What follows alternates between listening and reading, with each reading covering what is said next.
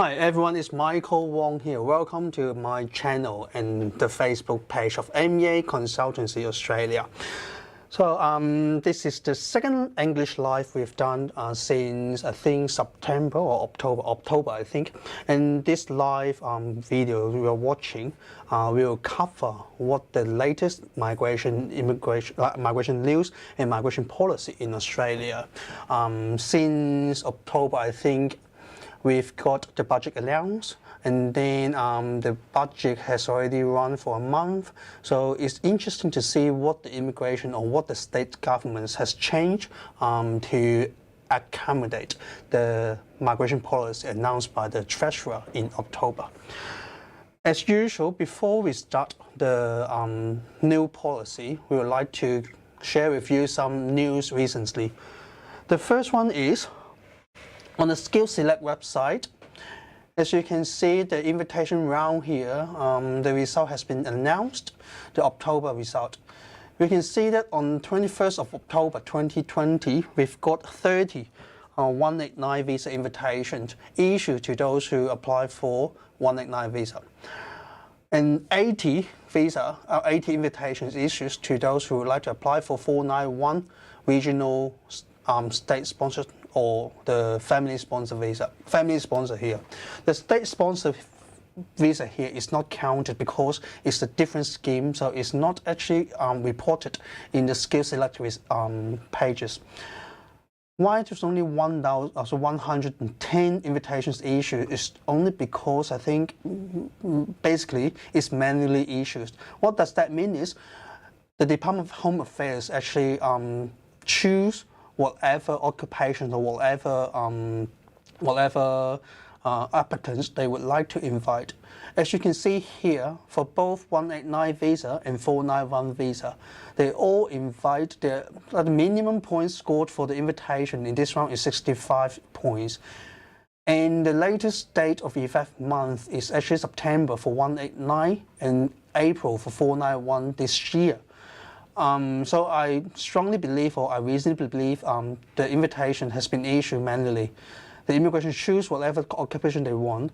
As I said, that is the occupation on the priority occupation list, like doctor, nurse, civil engineer, all this stuff.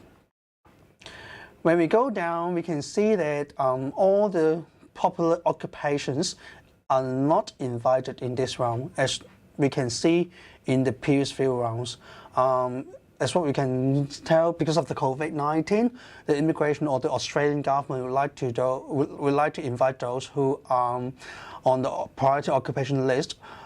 And those priority occupation list are occupation, to be honest, they are all occupations for the economic recovery and for the COVID-19 occupations. That's why for those popular occupations, they are not invited. That's a summary for this financial year program. In September, before the budget announced, we've got about 500 invitations issued in September. However, in October, we only got 110 invitations issued to those 189 and 491 visa. Why will it be like that? Maybe because the budget is just for 1 month, just announced. The immigration still adjust or fine-tune their policy, like who they would like to invite for the visa application. I am actually quite optimistic to see a bigger number in November or later this year. The vaccine has been out. I would say has not been out, but it's quite promising that the Oxford University vaccine has already proved is quite useful and is quite powerful. And Australia actually got an agreement with the Oxford University for the first batch of the vaccination will be produced in Melbourne in Australia, and those vaccination will be for immunisation for Australian people. So that's what I can see when the border is opened, when the vaccine is out, the border will be opened, more invitation we'll be able to see. The second news is actually the Tasmania state nomination. The Tasmania state nomination is still the same nomination program. However, they add the chefs and cooks into the priority occupation list. That means now the chef and cooks are considered priority occupation in Tasmanian migration program, and we can see Tasmanian government would like to invite chefs and cooks to migrate to Tasmania. However, at the moment, I assume they will only focus on onshore application or onshore applicant. And for Tasmania, if you're not in Tasmania physically, it's very hard for you to get invitation. The third one is the Dharma, South Australia. Dharma is kind of state government endorsed employer sponsor. So you need to have an employer sponsor first. The advantage for the Dharma program is actually that the number of occupation is more than the I can't say more, but it's wider, it's broader than the Department of Home Affairs list. If the occupation is not on the Department of Home Affairs list, it might be on the Dharma. It might be able for you to migrate through Dharma, even they are not on the employer sponsor list. That's why I would say it's quite beneficial for those who are not on the occupation list. The English requirement is also lower, so for those who can't actually get sufficient English proficiency, you can consider Dharma. However, as I said, you have to have employer sponsor first, then you can apply for this visa scheme. Then I would like to talk about the state nomination for South Australia as well. However, this is a normal, I would say, ordinary skilled visa nomination for 190 visa and 491 visa. In early December, so it's maybe next week, or is it next week or the week after, there will be three new streams are announced by the state government. However, at the moment we don't have much information about it. What I can say is the stream for the employment stream is for those who are now working in South Australia and living in Australia, and they has to be highly skilled people. The second stream is actually the independent talent stream. It is for those highly skilled migrants who have skills, experience relevant to your skill occupation, and it must be on the South Australia critical priority sectors, like civil engineer, like nurse, like health, allied health. And for the applicant, you must be in South Australia and onshore or offshore. So you can't be in other states other than South Australia if you're in South Australia. Then one more streams we heard there, but it's not listed here, is the high performance graduate stream. It's actually for those international students who is now actually study in South Australia, and you will graduate soon, either in PhD or master by research. So if you're doing master by coursework, unfortunately this program is not for you. Then the New South Wales. The New South Wales, if you follow my channel, you can actually see that there's a video talk about the 491 state nomination by New South Wales. New South Wales actually produce or create 3 different streams for the 491 state nomination. They haven't opened yet. However, the criteria is out on the website. You can see there's 3 streams: living and working in regional New South Wales, recently completed study in regional New South Wales, and living and working outside the regional New South Wales. What are they? For the first stream, living and working in regional New South Wales, for those who are now living and working in the regional New South Wales for at least 12 months, then you can apply for this stream. The second one is you have to complete your study in regional New South Wales within the 24 months before you apply for the state nomination. The third one is actually for those who have a skills that the regional New South Wales require. However, you need to have an employer offer you a job offer, or you are actually having a immediately family member living in regional New South Wales, or you are actually working in the nominated occupation for 5 years. Then even you're offshore, you'll be able to apply for it. The next one will be the GTI program. The Global Talent Independent Program actually started last year. This year, after the budget, the quota has a big jump, threefold jump.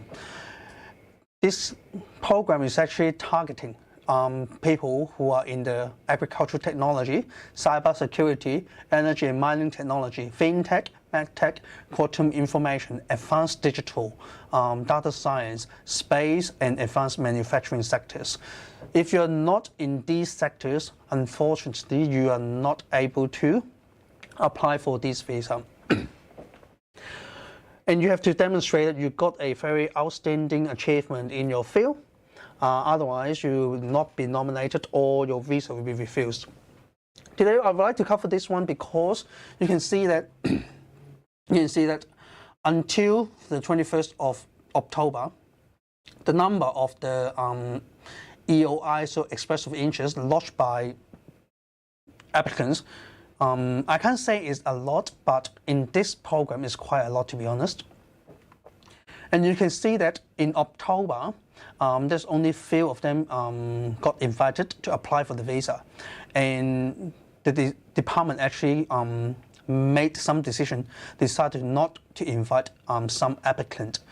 Either maybe they are not actually meet the requirement. I understand that lots of people actually apply for the EOI and hope they will get it. But however, I would like to remind you, if you like to apply for this visa, you have to demonstrate you are of outstanding quality. You got outstanding achievement to apply for the visa. You have to demonstrate you got outstanding achievement. You have to be nominated by some nominator. They are reputed in Australia, or they have to be Australian citizen, or they have to be Australian organization. That's why if you are not at the outstanding achievement quality, it's very hard for you to get the visa or get nominated. All right, that's all news for today, and then I will go ahead to talk about the skilled visa on employers sponsor visa. If you got any questions, please ask the question in the comment section. Either you can ask through the YouTube or you can ask through the Facebook. All right, so what I would like to talk about first is the employer sponsor. All right, the way I'm going to talk about it is using the website, the migration website, Department of Home Affairs, because it's quite straightforward. So I would go ahead with it here. All right, so the first visa is a temporary skills shortage visa, which is a 482, is a Subclass 482, and it got three streams: short-term streams, medium-term stream, and labor agreement. So I'm not going to cover the labor agreement today, but I'm going to talk about the short-term stream and medium-term stream. So what's the difference? The main difference between the short-term stream and the medium-term stream is the occupation. Okay, for those who would like to apply for the medium-term streams, you will have to have an occupation that is on the medium and long-term occupation list. For those who are not on the medium and long-term occupation list, you are only able to apply for the short-term stream. If your occupation is not on any of the lists, then you will have to consider if you are able to apply for the labor agreement. The labor agreement stream is actually for those occupations not on the occupation list. The main difference between them, other than occupation, will be the length of the visa. For short-term stream, you are only able to get 2 years visa, although you can reapply for the visa, renew the visa, but the maximum is the 4 years. And you are not able to transit into the permanent residency pathway. So you are not able to get the permanent residency. For medium-term stream, you can have 4 years visa. 4 years visa, and you are able to enjoy the transition to the permanent residency. However, you will have to meet a certain requirement. So if you're on the medium-term stream and you have worked for the nominator on your nominated occupation for 3 years, you will be able to transit into the medium and the permanent residency. However, if you are holding Hong Kong passport, what I mean Hong Kong passport is the Hong Kong special HKS. SAR, yes. Hong Kong Special Administration Region. The passport of the Hong Kong Special Administrative Region, not the BNO. Okay, then you'll be able to enjoy, no matter you're in what stream you are in, you are able to apply for the 5 years visa, and then enjoy the pathway, the permanent residency pathway after 5 years. However, the criteria are not yet out, so we have to wait and see what the government will announce and or the Department of Home Affairs will announce. Otherwise, but I would say it's quite simple. It's not hard to achieve at the moment.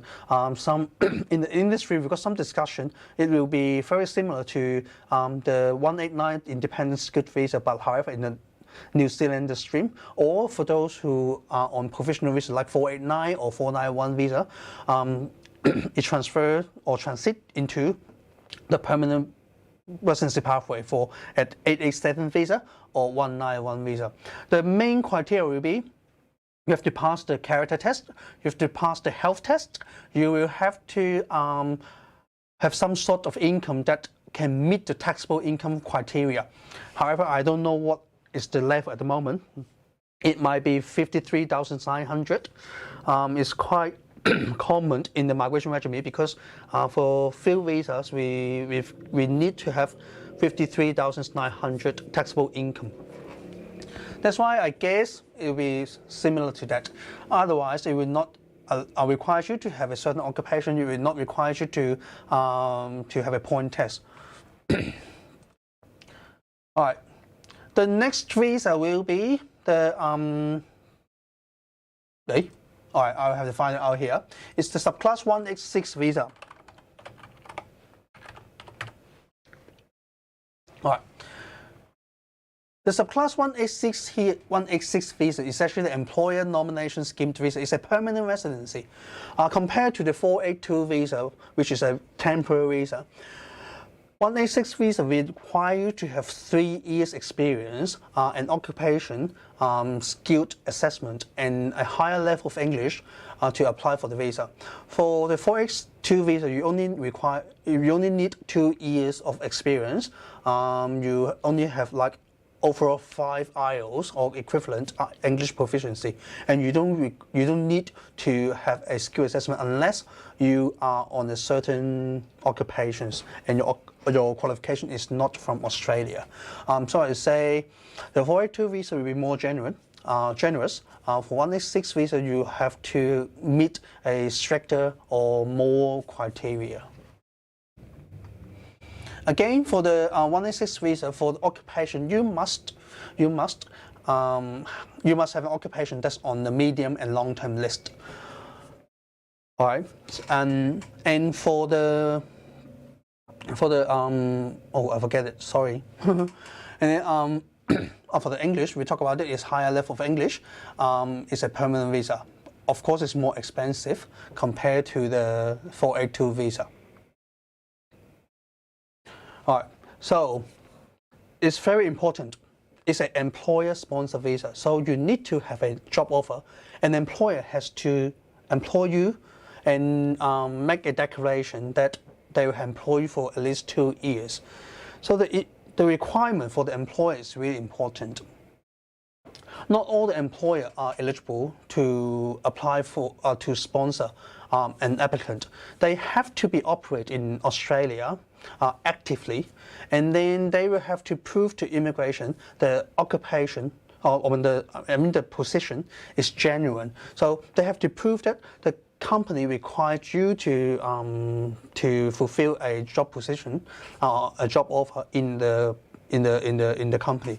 You will have to think about it, how the immigration believe that they can't actually hire a local person to fulfill the job position, and then they will have to hire an overseas employee. It's very important because immigration would like to know whether the company actually create a job for migration purpose. So they don't want a position to be created only for migration purpose. So they will look at it.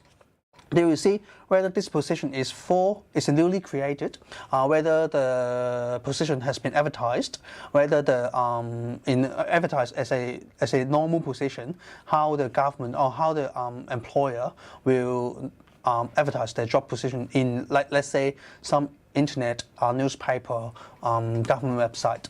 So if they don't actually do that, you'll be will be subject to a very strict or rigorous monitor to see whether the position is real, is genuine. If the genuine position test is not passed, then your visa will be refused. The nomination will be refused. So I would say it's pretty hard to pass it. There's a whole list of documents, whole list of criteria, or whole list of factors that the government, that the Department of Home Affairs will look at it. The first thing is, like, they will look at it whether the company is affordable. So say whether the company can afford you. So if the company in the last financial year, they don't have much profit, so there's no room for them to hire you.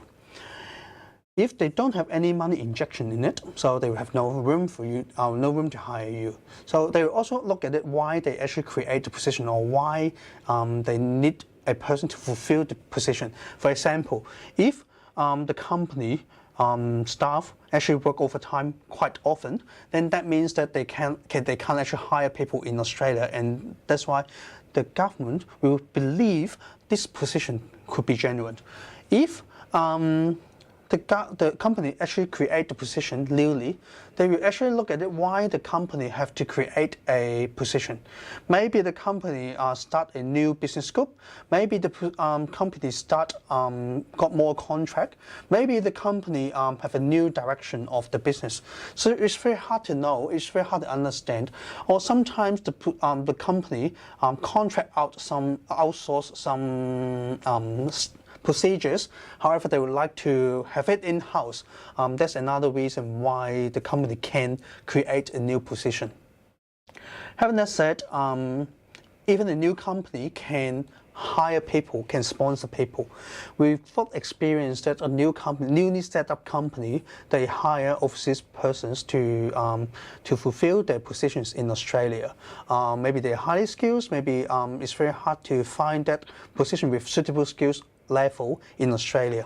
That's why the company go outside Australia to hire people. There is a rumor that if the company's turnover is really low, the company will not actually the company will not actually be approved to nominate or sponsor an employee.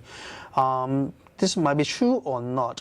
However, we've got experience. We can see that with a very good submission, with a very good justification why the company got a very low turnover and still need to hire overseas employee, or newly even the employees in Australia is still fine, or even the overseas international people, global citizen. So what I want to say is you need to have a very good justification. You need to have a very strong reason why you need to hire overseas people. Other than that, it's very hard to get you approved. Especially in the last few years, there's a whole bunch of people that got refused because the immigration actually think those position is not genuine. The Department of Home has changed the regime to assess the application. All right, that's all for today. And then you got any question, please feel free to ask your question here. No matter you are in the YouTube channel or you're in the Facebook page. If you like this video, remember to give us a like, subscribe this channel so that next time we've got new video, we can remind you. Make sure you hit the bell as well. If there's no question, then we'll stop tonight. All right, the last 30 minutes, 30 seconds, sorry. Any question? Any question?